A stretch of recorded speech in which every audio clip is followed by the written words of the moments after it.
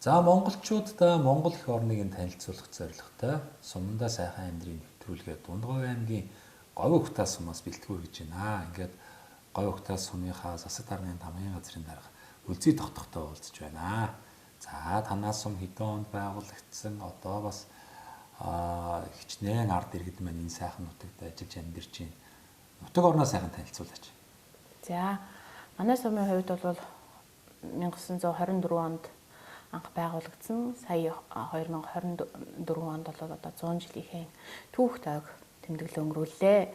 Хүн амын хувьд бол одоо 2023 оны статистикийн мэдээлэлээр бол 1379 хүн амтай. Үүний маань бол 4692 нь бол эмэгтэй, 5380 82% нь бол одоо эрэгтэй, 18-аас 35 насны бол 23.6% залуучууд ажиллаж амьдарч байна орон нутагт маань. За нийт 287 өрхийн одоо 186,997 мал сүрэгтэй сум орон нутгийн маань одоо гол эдийн засгийн үндэс суурь бол мал аж ахуй маань байдаг.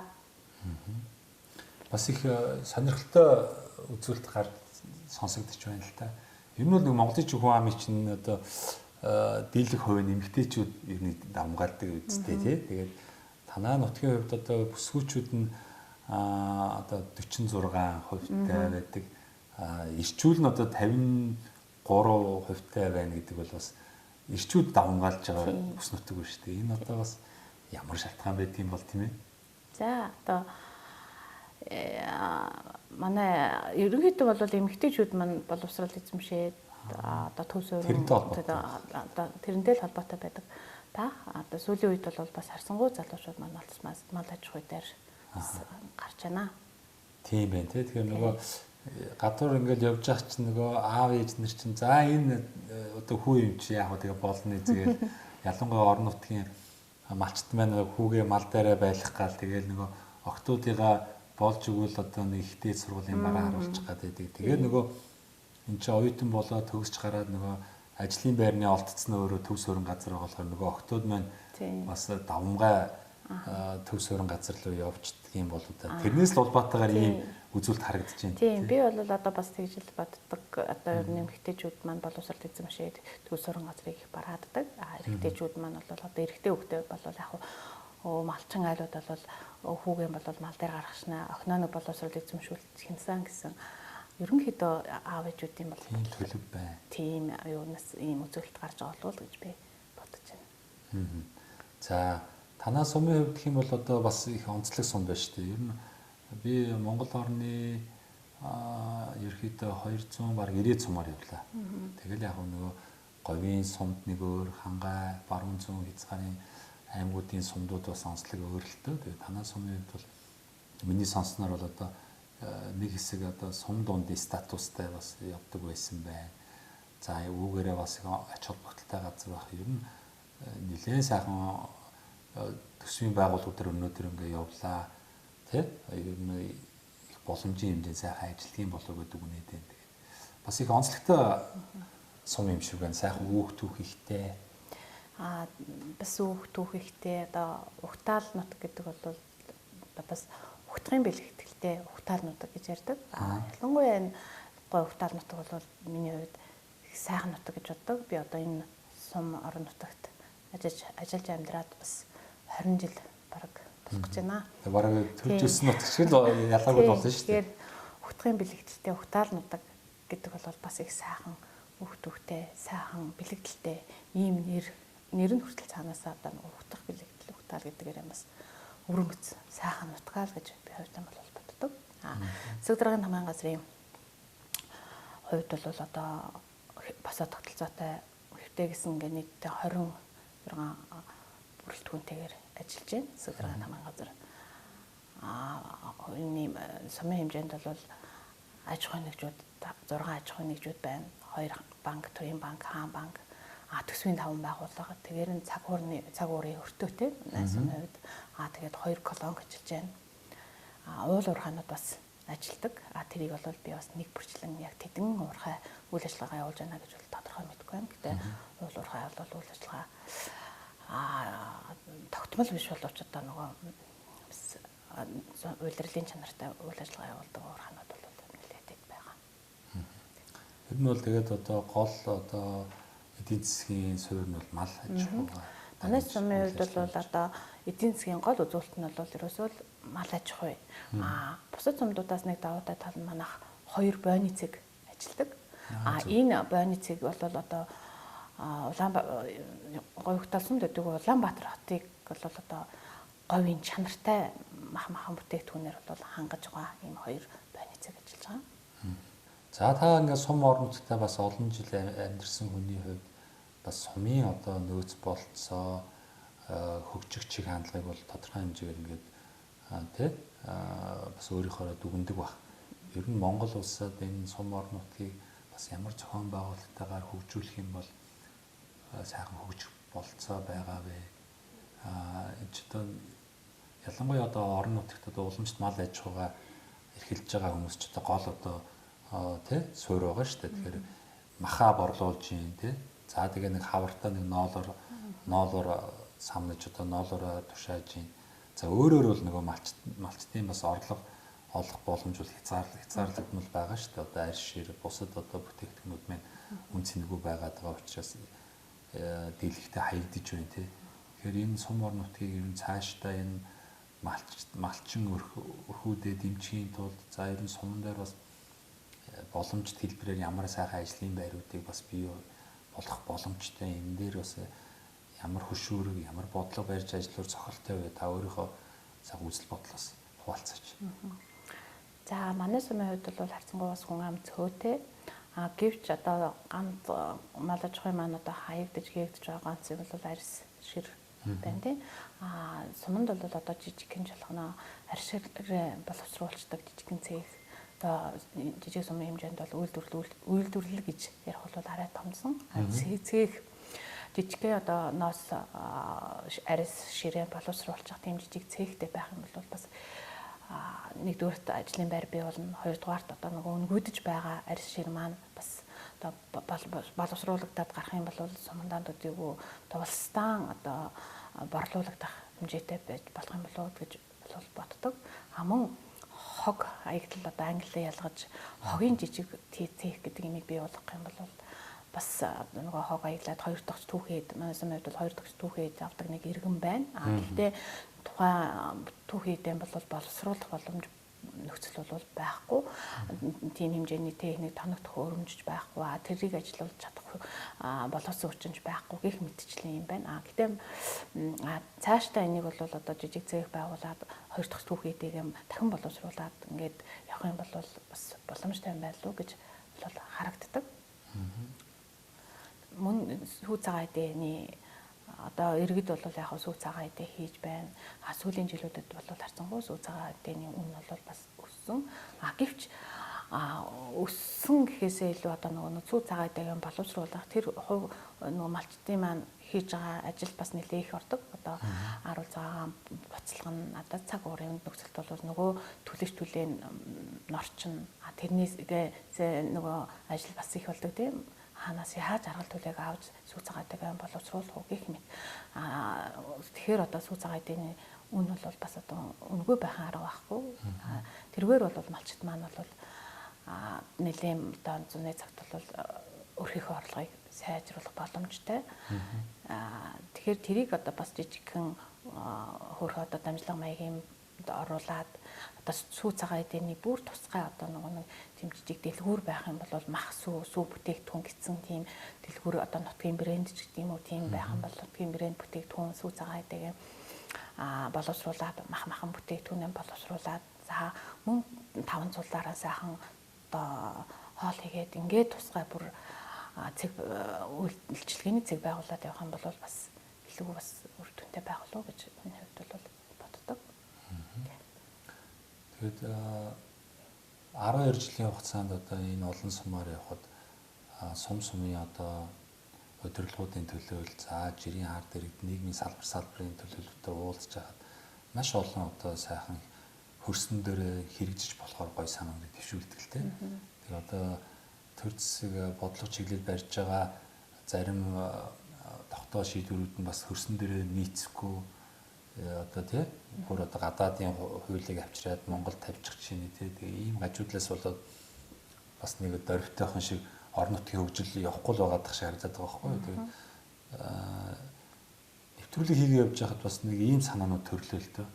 Сумын улсын хөгжил бол сумаас эхэлтэй гэж нэг хэсэг маш их ярьдаг байлаа шүү дээ. Тэгээд би бол ингээд явж байгаад улсын хөгжил сумаас эхлэлтэй бас биш юм шиг санагдаж явчихж байгаа. Ерөөсөө замаас эхлэлтэй бол явчихж байгаа.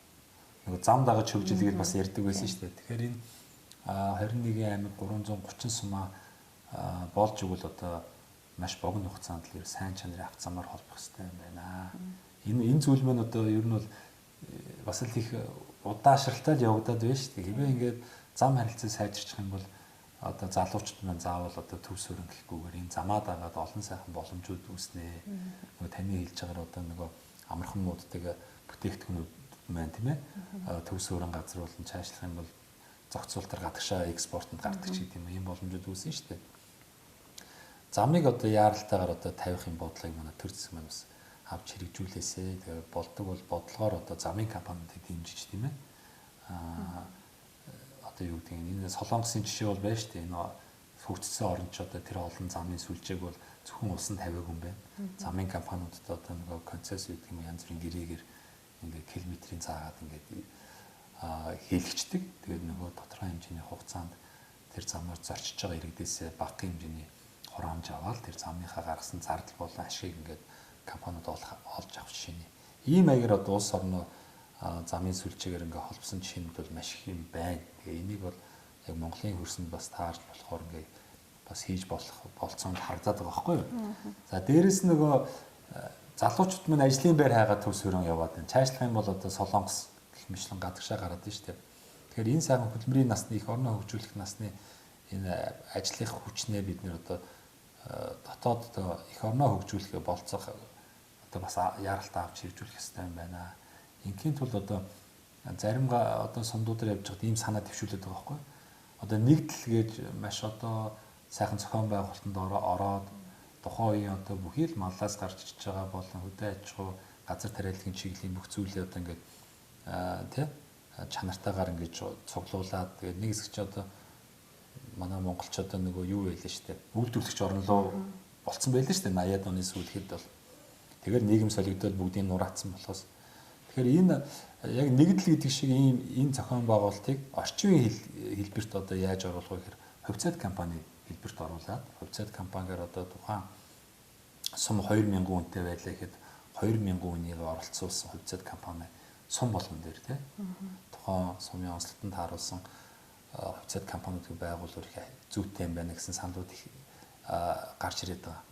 Тэгээ 330 сум болгон одоо өөрөө дэргэдээ ингээд сумын иргэдийн оролцоотой 330 хувьцаат компани гэдэг бий болчих юм бол бас Монгол улсын эдийн засагт ямар их хэрэгцээтэй вэ? Энэ сум орнуудад яг газар дээр нь тохирсон тэр үйлдвэр цех, тэр боловсруулдаг жижиг цехүүд болон бойны газрууд ингээд бий болоод ирэх юм бол тэгээд дээрэс нь ингээд замтай болчих юм бол бид нар ч одоо маш сайхан боломж харагдаад байгаа байхгүй юу. Тэгээд энэ бол нэг маш зөв судалгаатаар нарийн зохион байгуулалтаар ингээд авч хэрэгжүүлээд дотоод зах зээл болон гадагшны экспортлж эцсийн бүтээгдэхүүн хийгээд ингээд сайхан амьдрах тийм заавал бид нэр Солонгос руу ингээд хүн амынхаа хамаг сайхан ажлын насны залуучдаа явуулах бус. Их орондоо сайхан амьдрах юм болцсон байна гэж одоо энэ тэнд явж байхад их яригдах юм. Та өмнө дээр бас санал нийлж байна уу? Боломж болцоо ер нь байж болох уу? За энэ дээр бол миний хувьд бол санал нийлдэг. Одоогоос нэлээд олон жилийн өмнөөс эхлээд говьсон бүр дундгой үр хангааг холбосон одоо хатуучилтай замыг бол тавина л гэсэн өнөөдрийн хүртэл бол тэр ажил маань хэрэгжээгүй л байна. Тэгээд төр зэсэг бол одоо нэгсэндээ арт иргэдэгээ хуураад л байгаа юм шиг бол надад бодогддог. Ингээл бид нар ч бас нөгөө хүлээлттэй нэрэл одоо нөгөө үр хангааг тавьчих юм шиг яг л нөгөө нэг эхлэлийн тавиад байгаа юм шиг ингээл харагдаад байгаа. Гэтэл өнөөдөр яг бод дээр хийгдсэн зүйл бол цаг хугацаа өнгөрөөл. Цаг хугацаа бол биднийг хизээж хүлээдгүй. Өнөөдрийг одоо бид нар дахиж хязгаарч олж авдаггүй. Тэр шиг цаг хугацаа бол өнгөрөөд байгаа боловч одоо төр зэсгээс бол авч хэрэгжүүлж байгаа арга хэмжээнд зүгээр л нөгөө нэг ард иргэдээ хуурсан юм бодлого яваад байгаа юм шиг санагддаг. Ер нь бол нөгөө нэг иргэн боён бол улс баян. Тэр бол одоо бас үнэхээр ард иргэд маань л сайхан тавтай тувтай оршинд одоо эдийн засгийн чөлөө сэтгэл санааны амгалан тайван байдлыг аваад ингээд иргэдмаа сайхан байх юм бол улс төр чигээрээ сайхан байна. Амар амгалан сүүлийн үед бол одоо ингээд харж байхад залуучууд ч бай ямар ч хүмүүсийг харж байхад төв суурин хөдөөж бай. Харьцангуй хөдөө орнууд бол стресс багтаа тайван байдаг. Улаанбаатар хотод бол байнга л дүгжрэл байнга л тийм ээ. Байнга л нэгийг хараасан зүгсэн ийм стресстэй амьдарч байдаг. Тэгэхээр одоо залуучууд маань үнэхээр Монгол орны ажлын үнэлэмж юм уу? Одоо тэр хүний хийсэн ажлыг үнэлж чаддаггүй. Тийм болохоор манайх гадаадд яваад өнөөдөр өчнөө сайхан боловсрол эзэмшсэн мундаг боловсрол эзэмшсэн хүн өнөөдөр Солонгост очоод Японд очоод зүгээр л нэг буудлын зөвлөгт буудлын үйлчлэгч хийгээд явж байгаа. Гэтэл өнөөдөр буудлын үйлчлэгч манай Монголын өндөр боловсролтой ажиллаж байгаа хүмүүсээс хамаагүй илүү ажлынх нь үнэлэмж их. Тийм болохоор залуучууд маань гадагшаа яваад тийм болов гэсэн бас бодолтой байдаг. Тэгэхээр бас гадаад оронд очоод яг хөрхий тэр хүмүүс ч их орондоо сайхан амьдрахыг бас хүсэл байгаа. Гэвч өнөөдөр их орондоо ажиллаад амьдраад үндэл нэг байрны урьдчилгаа хийх чадваргүй зээлнээс зээлийн хооронд өрөөс өрөө хооронд л ихэнх хүмүүс маань тэгж амьдарч байгаа шүү дээ ер нь ялгаагүй.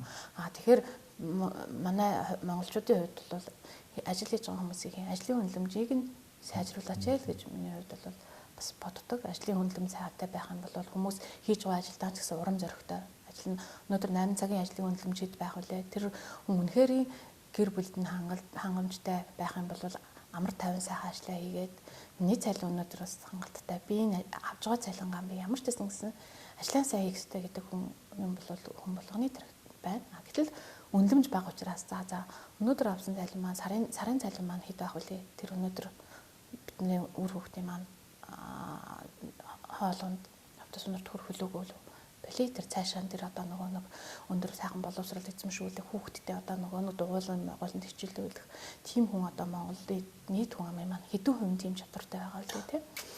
Тэгэхээр Монголын хувьд бол одоо төр засгийн хувьд ажлынхаа үнэлэмжийг сайжруулаач нэгдүгээр за ажлын үнэлэмжийг нь сайжруулнаа ажлынхаа тэгэл цалингийн нэмлээ тэгэл зах зээлийнхээ нөгөө барааныхаа үнийг бид нар тухайн үнд нь барьж чадахгүй бол өнөөдөр хичнээн нэмтээ хэрэггүй шүү дээ. Одоо өнөөдөр цалингийн нэг 10% нэмжээл барааныхаа 20% үний нэмжээд байх юм бол тэгэхээр тэр нэмсэн хэрэг байхгүй. Тэрнийх оронд нэмээгүй байсан илүү одоо үр дүнтэй байх гэдэг байхгүй. Тэгэхээр эдийн засгийн бодлогыг бариач. Монголдо үйлдвэрлэл бий болгооч. Би одоо бодоход намайг хүүхэд байхад оргил гээд чихэр байдаг байлаа. Амтлаг ээлж хэр байдаг байлаа. Шүдэнцний тийм үйлдвэр Монголын үйлдвэр байдаг байлаа. Гэтэл өнөөдөр Монголдо үйлдвэрлэж байгаа нэг ширхэг чихэр халга Монголдо ганцхан шүдэнцэгч өнөөдөр үйлдвэрлэхгүй л явж байна. Тэгэхээр бид нар ч бас үйлдвэрлэгч орн угаасаа байгаагүй биш байсан үйлдвэрлэж чадж байсан. Өнөөдрийн хувьд бол одоо үйлдвэрлэж байгаа юм байхгүй бүх юм гадаа бас авч जैन тийм хөдөлж авч जैन. Гэтэл өнөөдөр эрүүл ахуйн шаардлагыг тэр юу хангасан билүүгүй лөө гаднаас орж ирж байгаа импортлогдоод экспортлогдоод ингээд ороод ирж байгаа бүтээгдэхүүнүүд маань манайд гадагшаа хишнээ бүтээгдэхүүнээ одоо нөгөө экспортлж чадж байгаа лээ. Орж ирж байгаа бараа бүтээгдэхүүний эрүүл ахуйн шаардлага хангасан билүү? Тэн дээр ямар хяналт тавьж байна? Гэх мэтчлэн одоо төр засгийн маань бас үнэхээр ард иргэдэн гэсэн бодлого бас дутагтаад байгаа юм болов уу гэж миний хувьд бол харагддаг. Гадаадын өндөр хөгжилтэй орн бол гаднаас ямар ч хүнсний бүтээгдэхүүн хөдөлж авахгүй шүү дээ. Их орлоо тийм. Гэтэл хамгийн наад захт нь Швед орн гэхэд хүүхдүүдэд дээрээс нь ганцхан 5 дахь өдрийг чихрийн өдөр болгодог. Бусад өдөр одоо хүүхдүүд дэлгүүрээс чихэр аваад ингээл алхан бүтэн чихэр аваад чип аваад идэгдэггүй. Ганцхан 5 дахь өдөр л тэр Швед орн бол одоо ганцхан 5 дахь өдөр чихрийн өдөр болгодог. Тэгээд ээж аавд нь ганцхан 5 дахь өдөр дэлгүүрээс чихэр авч хүүхдэд өгдөг. Тийм л байна. Гол одоо миний хамгийн их эмзэглэж байгаа юм бол ингээл эрүүл мэндийн шаардлага хангаагүй бүтээгдэхүүн гаднаас орж ирдэг. Тэгээ нөгөө юу нь хамаагүй юуг нь мэдэхгүй нөгөө эрэмэрэн цаастай гоё ганга юмнууд их байна. Тэр чинь тэгээд хор үжин тийм тэр бол дандаа л хор байгаа. Гэтэл хүүхдэд тэр хоронд бүр дондож байна. Одоо үнэхээр ааруул аваад идчихсэн гэхээсээ илүү тэр чихрийг авч хүүхдэд өгч байна. Тэр хүүхд ч юм уу миний хувьд ч гэсэн ялгаагүй бол бас хүүхдийн буруу өмжүүлэл хүүхдийн бас чихэр чипс өгч байна. Энэ бол хүүхдэд хайрлаад байгаа биш. Орлоо байгаа. Гэтэл өнөөдөр эцэг эхчүүд маань тэрийг бол өөр хүүхдэд хайртай байна. Би хайртай учраас хүүхдэд авч өгч байна гэж хүсэж байгаа. Энэ бол одоо буруу. Тэгэхээр цаанаасаа л бодлохоор үнэхээр эрүүл мэндийн шаардлага хангасан бүтээгдэхүүнийг л гаднаас оруулдаг байгаасаа л гэж хүсэж байна та.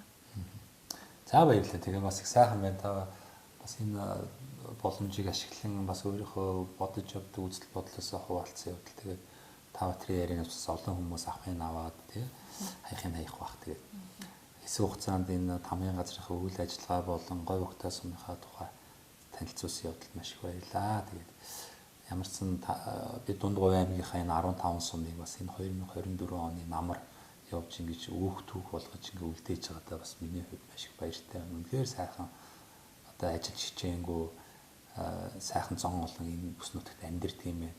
Олон сайхан нөөц болцоо байгааг бас өөрөө биеэрээ явж нүдэрээ харж өөрөө тэр цай хоолыг мэдэж ард ирэх дунд нь орж мэдэрч явж байгаадаа маш их баяртай байна. Тэгээд удахгүй одоо бас салбарын зөв хүмүүс маань бас бодлого боловсруулах төвшөнд бас гарч ажиллаж эх орныг богино хугацаанд тийм ээ одоо яг эрүүл аюулгүй амар тайван одоо ажилдаа орлоготой сайхан амьдрахын болцоог одоо хангуулах юм сайхан хүмүүс одоо олноор бий болох байхаа гэж бас найдаж байна эргүүний үед. За тэгээд бас манай нэвтрүүлгийн нэг хамтрагч байгууллага байгаа. Манай нэвтрүүлгийг үзэх дуртай дэмждэг Монголдо одоо нөгөө монголчууд үйлдвэрлэгч одоо орон болохын тулд бид нар зөндөө зорж штэ. Тэгэхээр барилгын материалыг эх орондоо одоо хямд чанартаараа үйлдвэрлэхийг зорж байгаа Мөнх Ампер Construction гэдэг залуучууд байгаа. Нэвтрүүлэг үзэх дуртай. Тэгээд Мөнх Ампер Construction нэвтрүүлгийн оролцогч нартаа бас нэг сайхан бэлэг өрөөрэй гэсэн. Үйлдвэрлэж байгаа барилгын материал нь 10% хөнгөлөлтөө үнээр авах эрхийг бэлэглээрэй гэсэн. Тэр эрхийг танд олгоё. Энэ залуучууд маань нөгөө том лего блокийг үйлдвэрлэж байна. За мөн одоо вакуум цонхнуудыг үйлдвэрлэж байна. Хөөсөн дулаалга, за сэндвич хавтангууд, хан болон дээвэр, барилгын дотор хатар одоо будаг, эмүүлс, чулуун будаг гэх ер нь байшин байгууламж байрах шаардлагатай бүхий л материалуудыг Монголд одоо хямд чанартаагаар үйлдвэрлэхийг зорж байгаа юм залуучууд байгаамаа. Энэ боломжийг танд олгоё. За дээрэс нь одоо бас энэ завшааныг ашиглах гэдэг шиг одоо таныг таньж мэддэг сайхан энэ говь ухтаа сумын уугуул суул зонголондоо за одоо оюутан ах узгийн анд найз нөхдөдөө тэгээд таныг таньж мэддэг бүх сайхан хүмүүстэй энэ нэвтрүүлэг гарах өдрийн сайхан мэдлэгийг та төвшүүлээч. За баярлалаа. Энэ ярилцлагыг авсан танд болон танай группийн хамт олонд бол баярлсан талхснаа илэрхийлье. Мөн тэгээд говь ухтаа сум маань цаашаад улам сайхан хөгжиж дэвшиж ард иргэд маань амгалан тайван амар амгалан орлоготой аз жаргалтай эрүүл сайхан гэр бүлүүд сайхан орчинд сайхан амьдрах байхаа гэж итгэж байна. Тэгээд нийт сумынхаа ард иргэдэд эрүүл аз жаргал хамгийн сайн сайхан бүхнийг хүсээрээ. Та бүхэнд баярлалаа.